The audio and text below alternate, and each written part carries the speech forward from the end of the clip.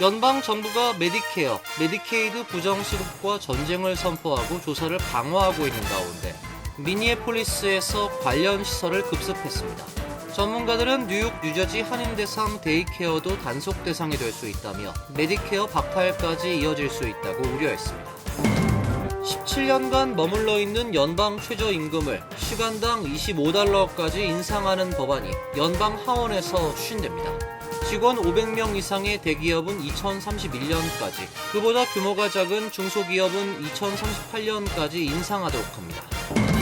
ABC 방송 심야쇼 진행자 지미 키멜의 발언 논란이 일파만파 커지고 있습니다. 연방통신위원회가 ABC 방송국 산하 방송국들에 대한 면허 경신을 명령했습니다. 국무부가 트럼프 대통령의 얼굴이 인쇄된 여권을 발행한다고 밝혔습니다. 특별 디자인의 여권은 한정판으로 오는 7월부터 발행될 것으로 보입니다. 한인 학생이 다수 재학 중인 북부 뉴저지 노던밸리 리저널 올드테판 고교에서 총기 위협 사건이 발생해 경찰 특수기동대가 출동하고 학교를 일시 폐쇄하는 등 큰 소동이 벌어졌습니다. 이상은 오늘의 주요 뉴스입니다. 시청자 여러분 안녕하십니까? KBN 뉴스입니다. 연방정부가 메디케어, 메디케이드 부정수급과 전쟁을 선포하고 조사를 강화하고 있는 가운데 미니애폴리스에서 관련 시설을 급습했습니다. 전문가들은 뉴욕, 뉴저지 한인대상 데이케어 시설도 단속 대상이 될 수 있다며 자칫 메디케어 박탈까지도 이어질 수 있다고 우려했습니다. 법무부는 어제 연방수사국이 주 및 로컬 법 집행기관과 함께 진행 중인 사기 수사의 일환으로 미니애폴리스에서 보육시설을 포함한 20곳 이상의 장소를 급습했다고 밝혔습니다. 연방정부는 메디케어, 메디케이드 사기 단속을 강화하겠다고도 예고한 상태입니다. CMS의 메흐멧 오즈 박사는 트럼프 행정부가 모든 주에 한 달 내에 메디케이드 프로그램에 참여하는 모든 의료 서비스 제공자를 재인증하는 계획을 제출하도록 요구할 것이라고 밝혔습니다. 뉴욕주에서 운영 중인 한인 성인 데이케어들도 단속 대상에 오를 수 있다는 지적입니다. 지난 2월 플러싱의 한인 2명이 보건복지부 감찰실 주도의 수사 과정에서 메디케어와 메디케이드 자금 1억 2천만 달러를 사취한 혐의로 기소된 바 있습니다. 회원들에게 현금과 상품권 형태의 불법 뇌물을 제공하고 성인 데이케어와 손잡은 약국이나 통증병원 등에서 처방전을 부풀려 작성하도록 유도한 혐의를 받고 있습니다. 단속 이후 해당 업계는 몸을 사리는 분위기였지만 최근 다시 불법 행위가 이어지고 있는 것으로 알려지고 있습니다. 연방정부에서 메디케이드 사기를 뿌리 뽑겠다고 나선 만큼 자칫 메디케이드 박탈까지 이어질 수 있는 경고의 목소리도 나오고 있습니다. 17년간 머물러 있는 연방 최저임금을 시간당 $25까지 인상하는 법안이 연방 하원에서 추진되고 있습니다.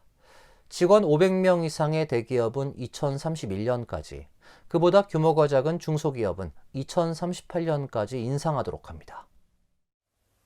연방 하원은 어제 현행 시간당 $7.25인 연방 최저임금을 $25까지 단계적으로 인상하는 내용의 법안이 발의됐습니다. 아날릴리아 메이아 의원이 발의한 법안은 직원 500명 이상이거나 연매출 $10억 이상인 대기업은 오는 2031년까지 최저임금을 $25로 인상하고 그 외 기업은 2038년까지 단계적으로 인상하도록 하고 있습니다. 진보 성향의 메이아 의원은 연방 최저임금이 2009년 이후 17년 동안 동결돼 있는 점을 지적하며 2026년의 물가 현실을 반영한 경제정책이 필요하다고 법안 발의 취지를 밝혔습니다. 현재 전국의 일부 주와 도시는 연방 기준보다 높은 최저임금을 적용하고 있습니다. 올해 뉴욕시의 최저임금은 시간당 $17, 뉴저지주는 $15.92로 연방 기준을 크게 웃도는 수준입니다. 반면 약 20개 주는 여전히 연방 최저임금 $7.25에 머물러 있는 실정입니다. 그러나 해당 법안이 연방의회를 통과할지는 불투명합니다. 정치권에서는 공화당이 우위를 점한 현재 의회 구조상 시간당 $25 인상은 물론 그보다 낮은 수준의 인상안조차 통과가 쉽지 않을 것이란 전망이 우세합니다. 국무부가 미국 비자 발급 관련 새로운 지침을 또 추가했습니다. 비자 신청자의 망명 신청을 막기 위한 조치로 비자 신청 시 본국 귀국이 두렵다고 말하면 비자 발급을 거부하도록 하고 있습니다. 워싱턴 포스트가 입수한 국무부 전문에 따르면 국무부는 전 세계 미국 대사관과 영사관에 비자 인터뷰 신청자들에게 귀국 시 학대받을 우려가 없다고 확인받으란 지침을 내렸습니다. 따라서 앞으로 비자 신청자들이 미국 비자를 발급받으려면 자신이 본국에서 해를 입은 적이 없으며 본국으로 돌아가는 것이 두렵지 않다고 확실히 밝혀야 합니다. 만약 미국 비자 신청자들이 본국이나 마지막 주거지에서 위해나 학대를 경험한 적이 있는지, 또 본국으로 돌아갔을 때 이를 당할 우려가 있는지에 관한 질문 중 하나에라도 예라고 답하거나 응답을 거부하면 비자 발급이 거부됩니다. 국무부는 지침에서 미국 내에서 망명을 신청하는 외국인 수가 많은 것은 많은 이들이 비자 신청 및 입국 과정에서 망명 의도를 영사에게 허위로 진술하고 있음을 보여준다면서 기존 지침에 따라 수집한 비자 신청자 정보로는 본국 귀국 시 위해나 학대를 우려하는 신청자를 식별하기에 부적절하다고 밝혔습니다. 하지만 이는 미국의 현행법 및 국제법과 충돌의 논란일 것으로 보입니다. 미국 법과 1951년 난민협약에 따르면 망명할 신청할 권리는 어떻게 입국했는지, 비자 담당 영사에게 무엇을 말했는지에 따라 제한되지 않습니다. 가디언은 국무부의 새 비자 지침이 가정폭력 생존자, 차별 대우를 받는 소수 종교인 등 박해 피해자들을 미국 땅을 밟기 전에 걸러내는 스크리닝 메커니즘으로 작동할 수 있다고 지적했습니다. 아울러 이 지침은 비자 신청자에게 위증을 유도할 가능성도 있습니다. 실제로 신청자가 귀국을 두려워하는데 비자 발급을 위해 해당 질문에 아니오라고 답할 경우 이는 법률상 연방 공무원을 상대로 한 허위 진술이 돼 미국 영구 입국 금지 처분을 받을 수 있습니다. 국무부의 이번 비자 지침은 지난해 1월 트럼프 대통령이 취임 첫날 서명한 행정명령 14161호를 근거로 합니다. ABC 방송 심야쇼 진행자 지미 키멜의 발언 논란이 일파만파 커지고 있습니다. 영부인 멜라니아의 곧 과부설을 입에 올린 이후 트럼프 대통령의 키멜 해고 요구에 이어 정부가 ABC 방송국 전체에 대한 면허 취소에 나섰습니다. 연방정부는 어제 연방통신위원회에 ABC 방송국 산하의 여러 방송국들의 면허를 취소하도록 명령했다고 밝혔습니다. FCC가 발표한 명령엔 디즈니그룹의 ABC는 30일 이내에 모든 TV 방송국들의 면허를 경신하도록 한다. 다시 말해서 2026년 5월 28일까지 면허를 다시 허가받아야 한다고 되어 있습니다. FCC로 하여금 이런 명령까지 내리게 한 것은 장기적인 법정소송 전쟁의 출발을 알리는 것이라고 CNN은 보도했습니다. 멜라니아 트럼프는 27일 자신의 X계정에 키멜이 자신을 곧 과부가 될 사람으로 말한 것을 비난했습니다. 그의 발언 중 우리 가족에 대한 것은 코미디가 아니다. 그의 말은 미국 내부의 정치적 질병을 약화시키고 좀먹는 그런 발언이다고 썼습니다. 이제는 해도 해도 너무한다. 이제 ABC가 일어서야 한다. 키멜의 악의적인 언동으로 우리 사회를 희생시키는 일을 ABC 경영진은 몇 번이나 더 용인할 것인가 묻고 싶다고 멜라니아는 적었습니다. 트럼프 대통령도 키멜의 발언이 만찬 총격범의 공격을 선동했다며 즉시 해고하라고 주문했습니다. 하지만 디즈니그룹은 키멜의 출연분을 계속해서 방영하며 그에 대한 지지를 표했습니다. 키멜은 자신의 발언이 80세의 대통령과 영부인의 나이 차이를 두고 던진 농담이었을 뿐이라고 말했습니다. 이 프로그램은 지난해 가을에도 정부의 압박으로 방송이 일시 중단된 적이 있습니다. 그때도 키멜이 트럼프 지지자인 보수파 인플루언서이며 나중에 총격 살해당한 찰리 커크에 대한 신랄한 발언으로 화를 불렀습니다. 제임스 코미 전 FBI 국장이 형사 기소됐습니다. 검찰은 코미 전 국장이 SNS에 올린 사진이 대통령에 대한 위협을 담고 있다고 판단했지만 코미 전 국장은 해변에서 우연히 발견한 것이라고 주장했습니다. 워싱턴 포스트에 따르면 노스캐롤라이나 연방대배심은 연방수사국 제임스 코미 전 국장이 지난해 해변에서 찍어 올린 사진과 관련해 대통령 협박 및 주간 위협 전달 혐의로 기소했습니다. 트럼프 대통령의 오랜 정적으로 꼽혀온 코미 전 국장을 겨냥한 두 번째 형사사건입니다. 코미 전 국장은 2016년 대선 당시 러시아의 선거 개입 의혹 수사를 지휘하는 과정에서 트럼프 대통령과 갈등을 빚었습니다. 문제가 된 게시물에는 조개 껍데기가 86, 47이란 숫자 형태로 배열된 모습이 담겼습니다. 47은 제47대 대통령인 트럼프를 의미하며 86은 제거하다 또는 속어로 살해하다는 의미로 해석될 수 있습니다. 기소장에 따르면 합리적인 수신자는 이를 대통령에게 해를 가하려는 의도로 받아들일 수 있다고 명시됐습니다. 코미 전 국장은 즉각 반발했습니다. 그는 영상 성명을 통해 나는 여전히 무죄이며 두려워하지 않는다며 독립적인 사법부를 믿는다고 밝혔습니다. 또 해당 조개 배열은 자신이 만든 것이 아니라 해변에서 우연히 발견한 것이라고 주장했습니다. 반면 트럼프 대통령은 강경한 입장을 보였습니다. 그는 FBI 국장이 그 의미를 모른다는 건 말이 안 된다며 그건 암살을 뜻한다고 비판했습니다.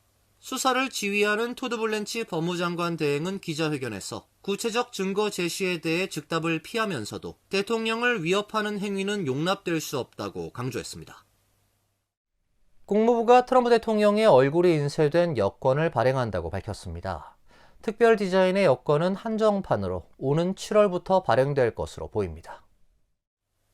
국무부는 어제 올 여름 미국 건국 250주년을 기념해 트럼프 대통령의 얼굴이 인쇄된 여권을 발행할 것이라고 밝혔습니다. 토미 피곶 국무부 대변인은 특별 디자인으로 제작된 한정 수량의 여권이 발행될 예정이라며 오는 7월부터 여권을 신청하는 모든 미국 국민이 발급받을 수 있으며 재고가 남아있는 한 계속 제공될 것이라고 밝혔습니다. 대변인이 맞춤형 사파와 강화된 이미지가 담길 것이라고 밝힌 디자인 사진은 금색 잉크로 된 서명 위에 진지한 표정의 트럼프 대통령의 모습이 담겼습니다. 트럼프 대통령의 얼굴 뒤로는 미 독립선언문이 새겨져 있습니다. 국무부는 이 여권은 기존 여권과 동일한 보안 기능을 가지며 발급을 위한 추가 비용은 없다고 밝혔습니다. 이번 여권 디자인 변경은 트럼프 또는 그의 측근들이 워싱턴과 전국 각지의 기관들의 그의 이름, 얼굴, 서명을 새기려 하는 최근 사례 중 하나입니다. 국립공원 연간 입장권에는 조지 워싱턴의 얼굴과 나란히 그의 얼굴이 실렸고 아동용 트럼프 저축계좌, 미국인이 처방약을 직접 구매할 수 있는 트럼프 RX 등 행정부의 일부 정책들도 그의 이름을 따서 명명됐습니다. 뉴욕타임스는 달러와의 트럼프의 서명이 들어갈 예정이며 존 F 케네디 공연예술센터의 이름이 붙었고 트럼프 초상을 새긴 순금화 주조 계획도 추진되고 있다면서 여권에까지 트럼프의 얼굴이 들어가게 된다고 전했습니다. 뉴저지 팰리세이즈 팍 폴김 시장은 예비 선거를 앞두고 상대 후보 측이 제기한 타운 재정 적자 문제는 사실과 다르다 반발했습니다. 선거를 앞두고 허위 정보를 퍼뜨리거나 타운 정부의 성과까지 폄훼하고 있다고 지적했습니다.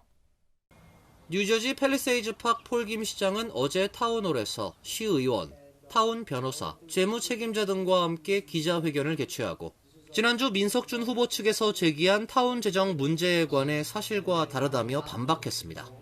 폴김 시장은 타운 재정 운영을 결정하는 것은 타운의회 재정위원회라며 재정위를 맡았던 민석준, 원유봉 의원이 자신들의 책임을 시장 등 행정부에 돌리는 것은 정치 공세라고 주장했습니다. The CFO do not make decisions on behalf of the governing body how to budget and how to spend the money. At the end, it's a council. This is why in this form of government, when there is this type of a number of population, that I am the weak mayor and we are surrounded, and then we have the strong council. Go ahead. 논란이 되고 있는 $77만 규모의 타운 재정 적자에 대해서도 전 현직 직원들의 각종 소송에 따른 법률 비용 증가와 DPW의 쓰레기 수거비 증가 때문이라고 다시 한번 밝혔습니다. 김 시장은 타운 행정은 6명의 시의원이 결정을 한다며 모든 책임을 시장에게 돌리는 것은 주민을 혼란에 빠뜨리는 왜곡이라고 강조했습니다. 또 민 후보 측에서 제기한 타운 재개발과 관련 주장은 법원의 명령에 의해 저소득층을 위한 아파트 공급을 위한 것이며 세제 혜택 등은 잘못된 허위 주장이라고 밝혔습니다. 폴김 시장은 근거 없는 주장과 정치적인 계산에 주민들이 휘둘려선 안 된다며 타운 개혁이 완성될 수 있도록 유권자들의 현명한 판단이 필요한 시점이라고 강조했습니다. 한인 학생이 다수 재학 중인 북부 뉴저지 노던밸리 리저널 올드테판 고교에서 총기 위협 사건이 발생했습니다. 경찰 특수기동대가 출동하고 학교를 일시 폐쇄하는 등 큰 소동이 벌어졌습니다. 경찰에 따르면 어제 노던밸리 리저널 올드테판 고교에서 11학년 학생인 라이언 리베이로 로드리게스 대소사가 점심시간 직전 동급생을 향해 공기권총을 겨누며 위협 행위를 했습니다. 이를 목격한 학생들의 신고를 받은 경찰은 즉시 버겐 카운티 특수기동대와 지역 경찰을 현장에 투입했습니다. 용의 학생은 현장에서 체포됐으며 경찰은 학교 건물 전체를 수색해 추가 위험 요소가 없음을 확인했습니다. 이 과정에서 학교 건물은 전면 폐쇄됐고 안전이 확인된 오후 1시께 조치가 해제됐습니다. 노스베일에 거주하는 용희 학생은 브라질 출신으로 최근 이 학교로 전학 온 것으로 확인됐습니다. 용희 학생에겐 테러 위협, 무기 불법 소지, 불법 목적에 의한 총기 소지 등의 혐의가 적용됐으며 현재 버겐 카운티 구치소에 수감된 상태입니다. 경찰 조사 결과 압수된 공기총은 유명 권총을 모방해 만든 복제품으로 알려지고 있습니다. 이어서 간추린 소식입니다. 한국농수산식품유통공사가 지난 22일 텍사스주 휴스턴에 신규 지사를 설립했습니다. 개소식에는 이경은 주 휴스턴 총영사 등 정부 관계자와 H마트 등 주요 유통업계 대표 30여 명이 참석했습니다. 휴스턴 지사는 미국 남부의 가파른 성장세와 전략적 필요성을 고려해 설립됐습니다. 텍사스주는 미국 신계주 중 경제 규모 2위를 기록하는 주요 경제권으로 미국 내 해외 화물 수송 물동량 1위인 휴스턴 항구를 보유한 물류 중심지입니다. AT는 뉴욕, LA, 브라질 상파울루 등 3곳에 거점을 두고 있으며 휴스턴 지사는 미국 남부 9개 주와 함께 멕시코, 과테말라 등 중미 8개국을 관장하는 수출 전초기지로 활용할 계획입니다. 연방법원 캘리포니아 중부지법에 따르면 어제 열린 공판에서 아동 성착취물 제작, 유통 혐의로 기소된 김동완 씨가 유죄를 인정했습니다. 김 씨는 아동 포르노 제작 혐의 2건에 대해 유죄를 인정했고 온라인상에서 아동 성착취를 조직적으로 자행하는 극단주의 단체 764에 가담한 사실도 시인했습니다. 김 씨는 지난해 8월 다우니 자택에서 연방수사국과 테러 대응팀에 의해 체포됐습니다. 당시 FBI는 그의 컴퓨터에서 다수의 아동 성착취 영상을 발견했습니다. 경찰은 김 씨가 미성년자들에게 성행위 사진과 영상을 요구했고 이를 거부할 경우 가족이나 지인에게 유포하겠다고 협박한 혐의 등을 적용했습니다. 김 씨에 대한 형량 선고 공판은 8월 24일 열릴 예정입니다. 검찰은 최대 60년이 선고될 것으로 보고 있습니다. 도심 항공교통 기업 조비 에비에이션의 수직 이착륙기가 뉴욕시에서 시범 운항에 들어갔습니다. 조비는 이번 주 뉴욕에서 자사의 저소음, 무배출 항공기를 이용해 JFK 공항과 맨해튼 사이에서 전기 에어택시를 운항합니다. 시범 운항 기간엔 일반 승객을 태우지 않고 조종사만 탑승합니다. 조비는 10일 동안 다수의 시범 비행을 통해 뉴욕 시민들에게 전기 항공기를 소개할 예정입니다. JFK 공항에서 허드슨 야드 인근의 웨스트 30번가 블레이드 라운지, 이스트 34번가 라운지, 다운타운 헬리포트를 오가는 3개 노선에서 운항이 이루어집니다. 조비의 수직 이착륙기 지점 간 운항은 이번이 처음입니다. 조비는 올해 하반기부터 뉴욕, 텍사스, 플로리다에서 상용 승객 운항을 시작하는 것을 목표로 하고 있습니다. 퀸즈 리조트월드가 어제부터 뉴욕시 최초로 라이브 테이블 게임 카지노를 공식 개장했습니다. 이번 확장으로 리조트월드 카지노는 블랙잭과 바카라, 룰렛, 크랩스 등 딜러가 직접 운영하는 정식 테이블 게임 240여 개를 새롭게 운영하게 됐습니다. 그동안 슬롯머신 중심으로 운영되던 구조에서 벗어나 뉴욕시에서 처음으로 풀카지노 형태를 갖추게 된 곳입니다. 3층을 전면 개편해 약 1,500개의 게임 좌석을 갖췄습니다.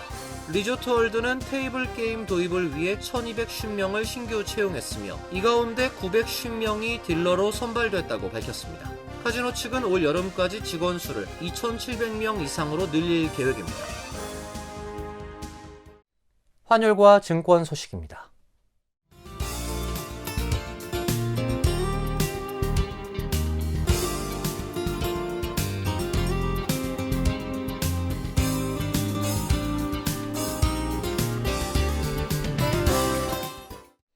이어서 날씨입니다. 내일은 오전에 흐리다가 오후부터 다시 맑아지겠습니다. 낮 최고 기온 63도, 섭씨 17도, 밤 최저 기온 45도, 섭씨 7도로 예상됩니다. 금요일은 대체로 맑은 날씨가 예보돼 있습니다. 토요일은 흐린 가운데 소나기가 내릴 가능성이 있습니다. 이상으로 KBN 뉴스를 마칩니다. KBN과 함께 즐거운 시간 되시길 바랍니다. 동부 최대 한인방송 KBN이 제작하는 KBN 뉴스는 웹사이트 mykbn.com 그리고 유튜브와 페이스북에서 다시 보실 수 있습니다. 좋아요, 구독, 알림 설정은 뉴스 제작에 큰 도움이 됩니다.